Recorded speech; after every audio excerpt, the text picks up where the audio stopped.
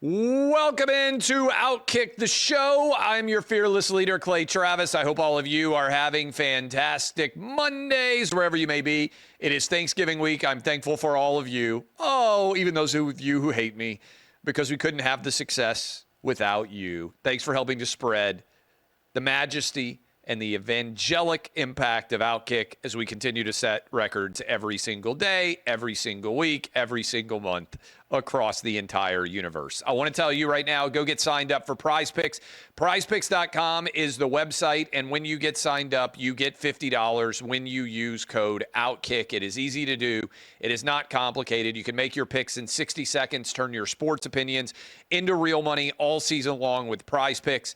And all you got to do, download the app, use code OutKick today to get $50 instantly after you play your first $5. That is Prize Picks, code OutKick, $50 instantly when you play your first $5. More or less on a variety of athletes. It's easy to do. You can do it for Thanksgiving. You can have some fun. You can play in California, Texas. You can play in Georgia, all over the place. Prize Picks, run your game. We had a lot of games being run over the weekend in college football. It was chaos.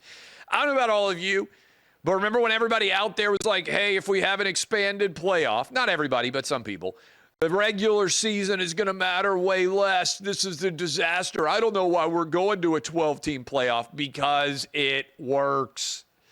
Every single league has found that when they expand the number of teams that are potentially going to make the playoffs, the overall audience grows. I'll tell you, I learned founding a college football website. Do you know what happens?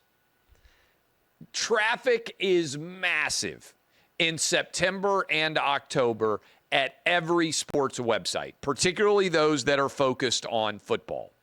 And then guess what happens? The season happens.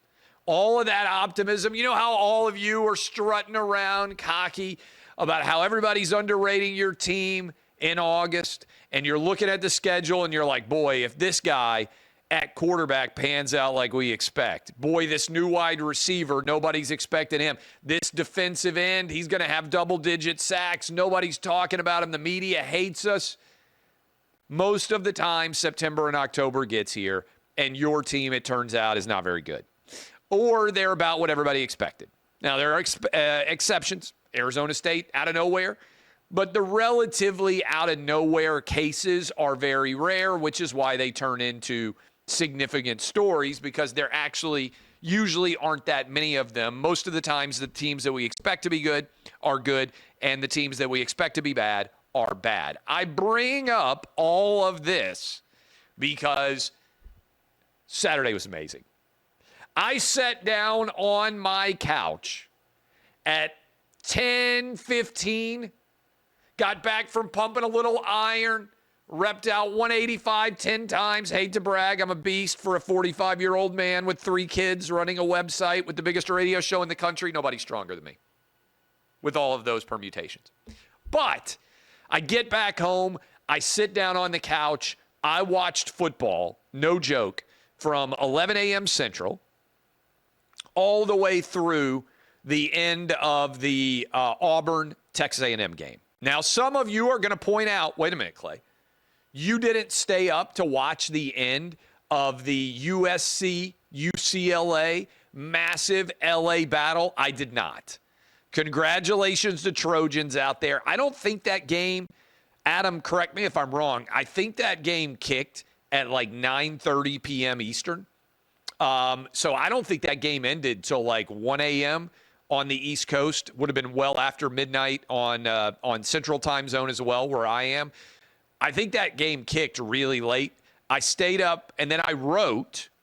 I know the game wasn't over when I got in bed because I wrote the starting 11, which I'm about to discuss.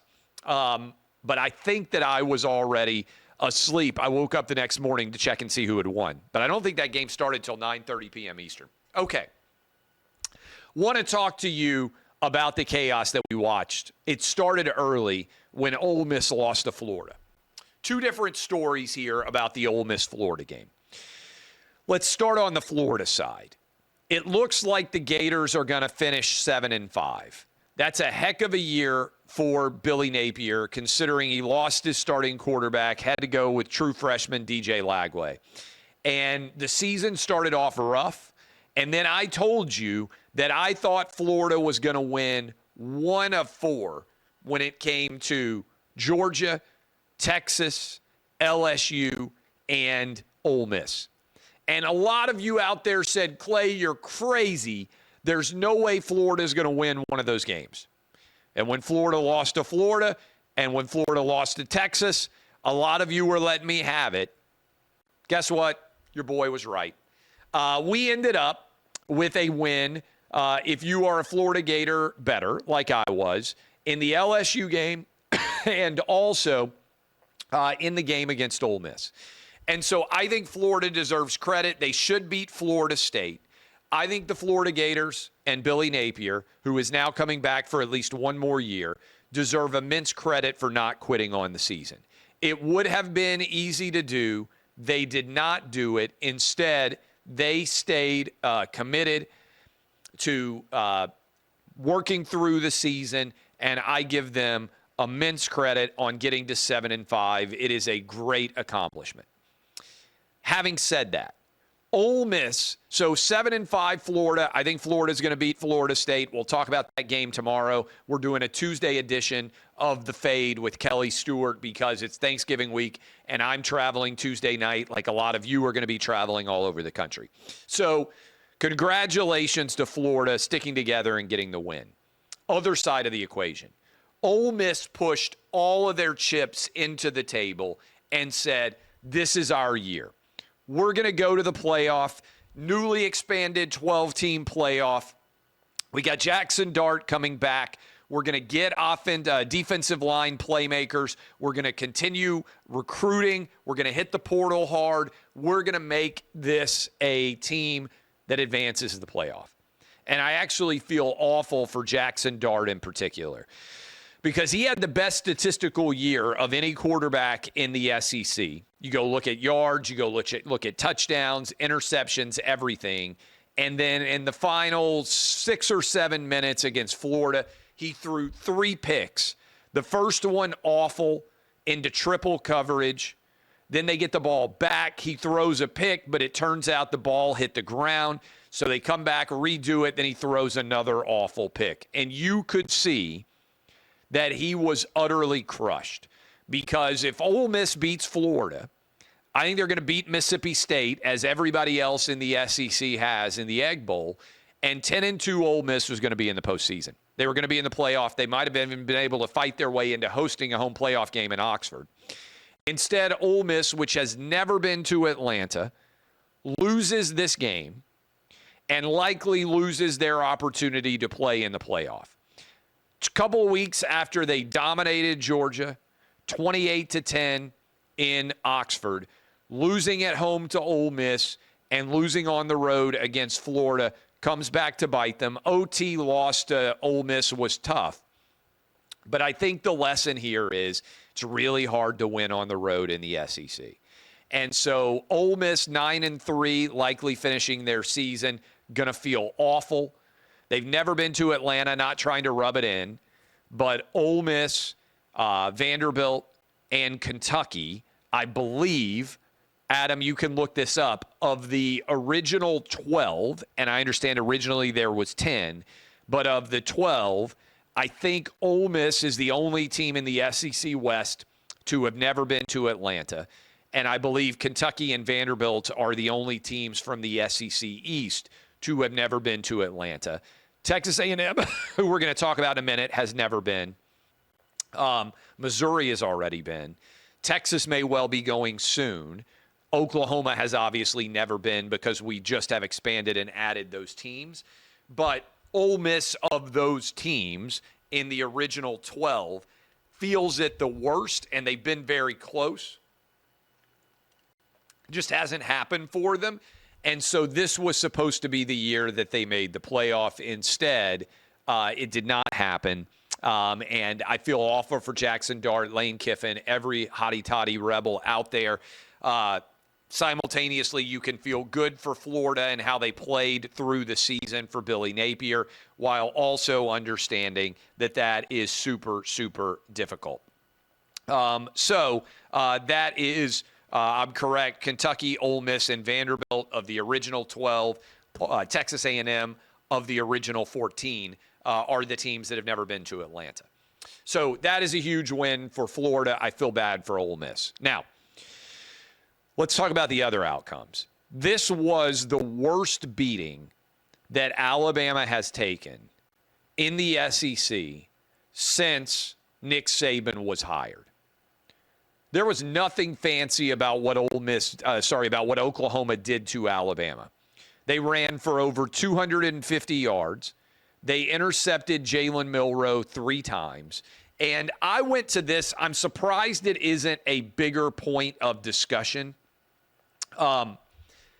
If this year, in year 1 for Kalen DeBoer, if you can restrain Jalen Milroe when it comes to running the football, Alabama's not a very good football team on the offensive side of the ball. This is just the reality. After the first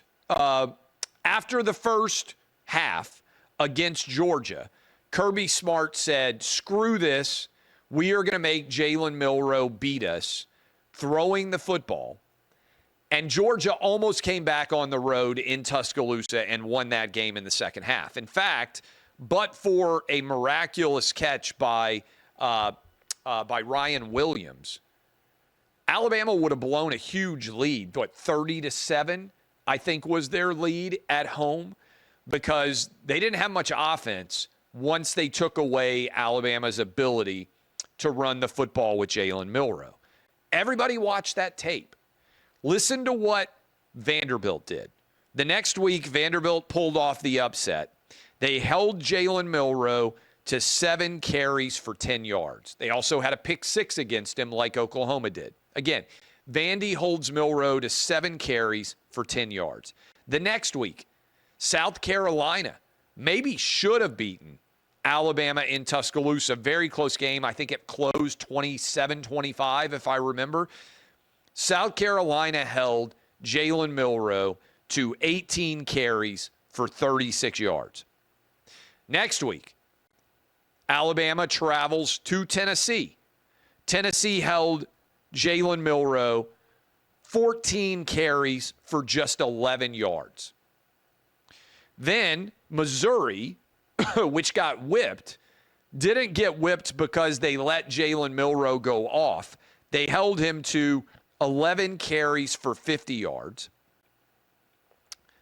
Then we get to the bye week. LSU is hosting Alabama on the road down in Baton Rouge. They let Jalen Milroe run the ball 12 times for 185 yards. If you ask me what is the worst coaching performance in the SEC this year at home, I think you can argue it's LSU against Jalen Milroe. They let him run 12 times for 185 yards. Then Oklahoma holds him to 15 carries for 7 yards. 15 carries for 7 yards. Oklahoma holds him. What's the outlier there? In those games, Alabama goes 2-3. The only 2 games they win are when Jalen Milroe does better than 50 yards rushing. Basically, if you have a talented defense at all, you stop Jalen Milroe from running the football and you force him to beat you throwing. And most of the time, he was not able to do that. LSU choked. I get it. A lot of the attention is on Jalen Milroe. It actually makes me wonder 2 things. One, how is Alabama's skill position playmakers? The fact that 17-year-old Ryan Williams steps in and has the success that he does is actually a bit of an indictment of Alabama's skill position. They're not elite at the running back position. They don't have somebody who can really bludgeon you there. I don't think the wide receivers are very good. Partly that's not Kalen DeBoer's fault, But by the time you get to late November, the fact that Alabama hasn't developed a better offensive playmaking scheme is on Kalen DeBoer. And the fact that Alabama is now sitting at 8-3 with 3 losses on the road, the only team in the SEC they beat at home was LSU. Sorry, LSU, but again, I think that cycles back. Kalen DeBoer, I flagged this, and I thought it was super interesting, and I want to pull it up. This is why it is ominous if you are out there and you are an Alabama fan. This is from Evan Abrams. When Alabama was at least a 14-point favorite, Nick Saban, 3 losses in 139 games. Nick Saban went 136-3. Nick Saban did when they were at least a 14-point favorite. Kalen DeBoer is now 6-2 in games where Alabama's at least a 14-point favorite. In other words, year 1 of Alabama, Kalen DeBoer as a big favorite has nearly lost as many games as Nick Saban did in his entire coaching career. That makes me a little bit nervous if I am an Alabama fan. All right, I'm going to get into the outcome of Texas A&M and Auburn and what we now face going forward in the college football playoff landscape in a moment. But first, I want to tell you, for over 2 decades, the Tunnel to Towers Foundation's been there for our fallen and catastrophically injured first responders and military and the Gold Star families.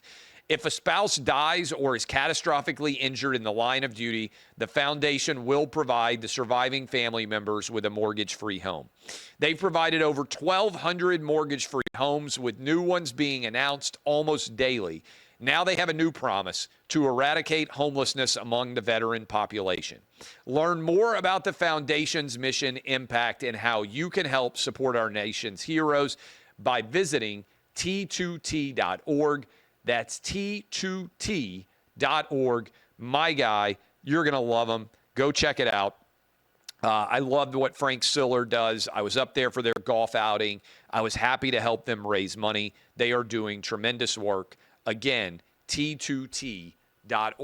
That's T2T.org. All right, late night game was a very late start. How about what we saw from Auburn finally winning a close game?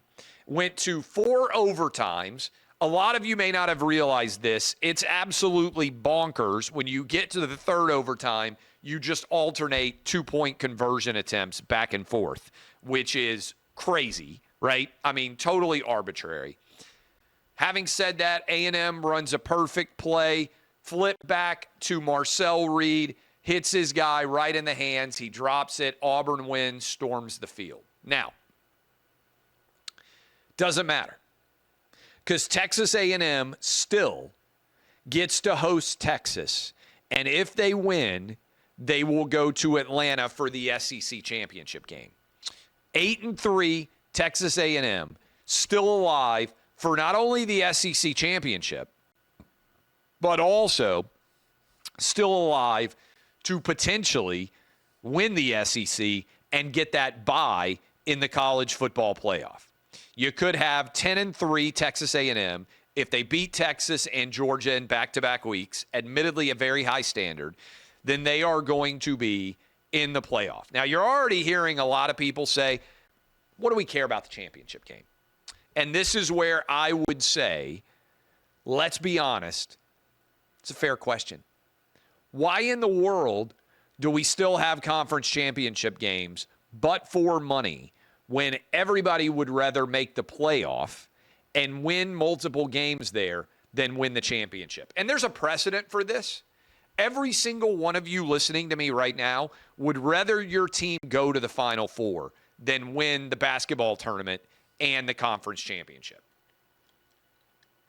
That is, if I said to you right now, hey, would you rather your basketball team win the title, conference title, and win the conference tournament, but lose in the second round, or probably the Sweet 16, whatever round, or go to the Final Four, every one of you just about would say go to the Final Four. I think that's now true for college football too. Now, I don't think it's a bad thing. I'm actually a super huge fan of the college football playoff expanding. As I started off the program telling you, I believe it actually creates far more interest. I was watching 12 hours of football on Saturday and paying attention to a lot of games that I otherwise wouldn't have been watching. I wouldn't have been watching Arizona State BYU. I wouldn't have seen the field being stormed. I wouldn't have paid attention. I may or may not have been watching Penn State, Minnesota. I almost certainly wouldn't have been watching Ole Miss, Florida, or watching any of the other shows that are out there, any of the other games that were going on. I would have not been doing that. And so, look, I think it's great for college football. It has expanded the overall universe. But I don't think it's great for the conference championship games. I would rather have a 12 or 16 team playoff, have teams share a title, right? It looks like we may end up with 6-2 Tennessee, 7-1 Texas, who knows, 6-2 Georgia. If you ended up with a bunch of 6-2 teams, why not have co-conference champs? I don't think that is a big issue at all. So again, I am just focused on the playoff being good overall, but not in terms of the overall impact out there as it pertains to the college football playoff in general. Look, I think what the playoff committee should do and what they are actually going to do is going to be very, very different. Here is what my top, by the way, congrats to Ohio State. They smoked Indiana. That was the other big outcome. Kansas takes down Colorado in a big win for the Jayhawks, playing like a top 25 team that they were expected to be before the season started. They beaten Iowa State, BYU, and Colorado back-to-back-to-back. Very impressive. We also had, like I said, Arizona State beating BYU. Right now, my top 10. I've got Oregon number 1 overall. Basically the only undefeated team that's left. I've got Ohio State second. As I just mentioned, they got the big win over Indiana. I've got Georgia third. I would have Georgia third because I think they have the best resume in the SEC. They actually went out and beat Texas by 15 at Texas. So I've got Georgia third overall. Tennessee 4. People say, why do you have Tennessee 4? Tennessee's got a better resume than Texas. They've played the more challenging schedule so far. So I've got Tennessee at 4. I've got Texas at 5. To me, Oregon, Ohio State, Georgia, and Tennessee all have good, solid, quality wins against top 15 caliber opponents. Okay? Nobody else on this list really does. Then I've got Texas at 5. Penn State at 6. Texas has no good wins, basically. Best win Texas has all year is over 6-5 Vanderbilt. Maybe you can say it's over 6-5 Oklahoma, one or the other. Penn State, best win all year is Illinois, but their only loss, credit to Penn State for finding the win. 3 fourth-down conversions, I think, on the final drive to run out the final 6 minutes.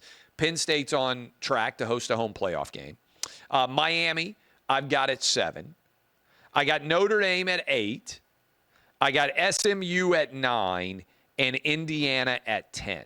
Okay, that is my top 10, OutKick top 10. Oregon 1, Ohio State 2, Georgia 3, Tennessee 4, Texas 5, Penn State 6, Miami 7, Notre Dame 8, SMU 9, Indiana 10.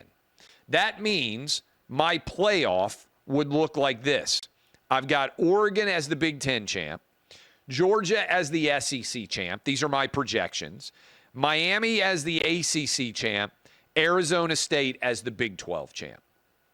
Possible, by the way, that Boise State is going to actually get a bye, which is a totally different story because of the collapse in the Big 12. Then I've got Ohio State at 5, Tennessee at 6, Texas at 7, Penn State at 8, Notre Dame at 9, SMU 10, 11 Indiana, and Boise State 12. Okay? That means that my playoff 12 would be Ohio State hosting Boise State, Tennessee hosting Indiana, Texas hosting SMU, and Penn State hosting Notre Dame. Seems pretty solid, okay? That's not, however, what I expect the playoff committee to do. I expect the playoff committee rankings will look different. My rankings, not a surprise, I think are better. By the way, I said I was going to talk about the Jack Smith case. I said I was going to talk about Trump, the big win, several other things out there. I'm going to roll that over to tomorrow because obviously I've kept rolling here talking about everything in college football, and I think it's going to be a tough transition to be like, hey, on the one hand, the playoff rankings are this. Now let me tell you about the Jack Smith case. I'll just roll that over. We'll do it tomorrow. Just FYI. Here's what I think the Tuesday playoff rankings are going to look like from the committee. I think they will have Oregon 1, Ohio State 2, Texas 3, Penn State 4, Notre Dame 5. I think that will be their top 5. Then I think they'll go Georgia 6, Tennessee 7, Miami 8, Indiana 9, SMU 10, Boise State 11, Clemson 12. That is my top 12 playoff forecast for what I think they will look like. Now, that's different than my own. And I understand a lot of you out there say, okay, what do I just need to know? Like if I had a viewing guide, and I understand a lot of you think this way, certainly it's the way that I think, which is why I'm writing about it.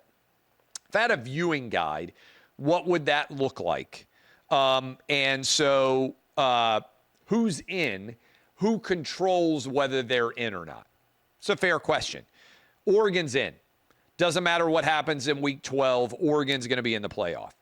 Ohio State's in with a win over Michigan, let's be honest, probably in even if they lose.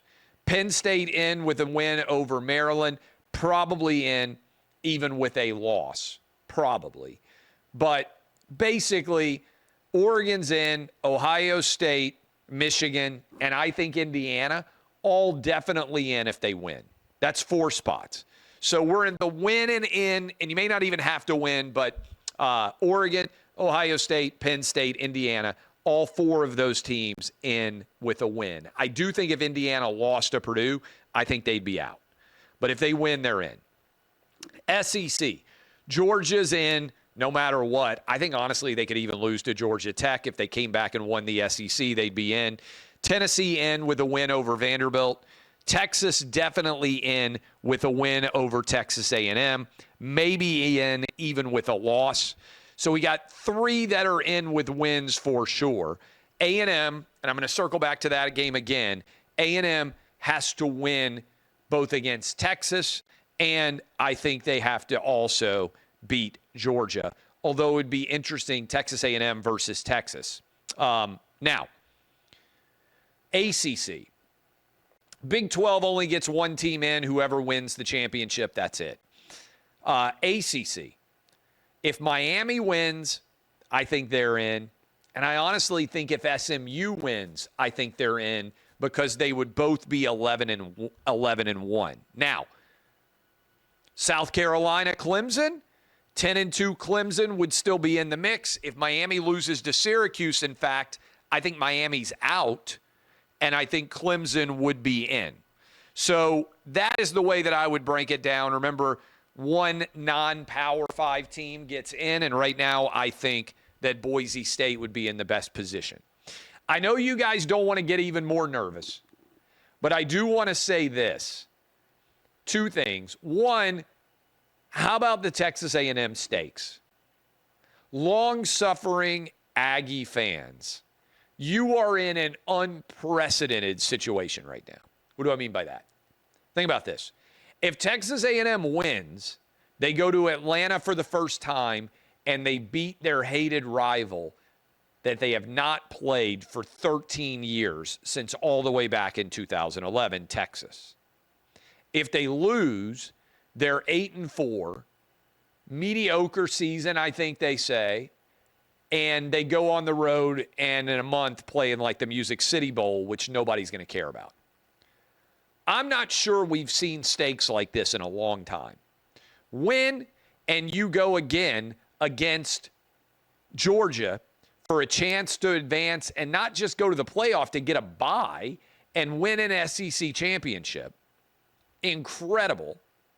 Lose, and you're like going to play in the Music City Bowl. That's staggering. So that's pretty incredible to think about. I do want to also close with this. Officiating has to be better. The decision that was made on the formation that took away an Alabama touchdown, it didn't end up changing the outcome, but calling Auburn for offensive pass interference in the third overtime, I guess it was. Maybe it was second overtime. I can't even remember what overtime. Second overtime, I guess. Can't happen. We have to have better judgment by officials, and when officials are clearly wrong, you should be able to challenge judgment calls. Everything is a judgment call. If you get a judgment call clearly wrong, whether it's formation, whether it's offensive pass interference, Alabama formation, Auburn offensive pass interference, why should an official error be able to potentially change the outcome of a game? I was talking about this not just unique to college football. I was talking about this in the NFL last week when Tennessee Titans got a fourth down stop lifted because of a bad call on a clearly clean hit, which was actually perfect. Shouldn't be allowed to happen going forward. So we need to fix college football officiating, and the best way we could fix it in my mind is to give coaches the ability to challenge, maybe only give them one, so they want to keep it in their back pocket. A clearly wrong call should not be allowed to determine the outcome of a game. All right, I love all of you. Be back live tomorrow with an OutKick show, followed by a fade college football and NFL gambling, taking you into the Thanksgiving week. I am very thankful for all of you. DBAP, unless you need to SBAP, I'll dive into some of the stories that I said I would hit yesterday. I'll actually get to them tomorrow. Thank you all for watching, and I will be back with you tomorrow. Clay and Buck live again on Tuesday. Buck's out this week. I'll be solo. Should be a fun discussion. I'll talk to you then.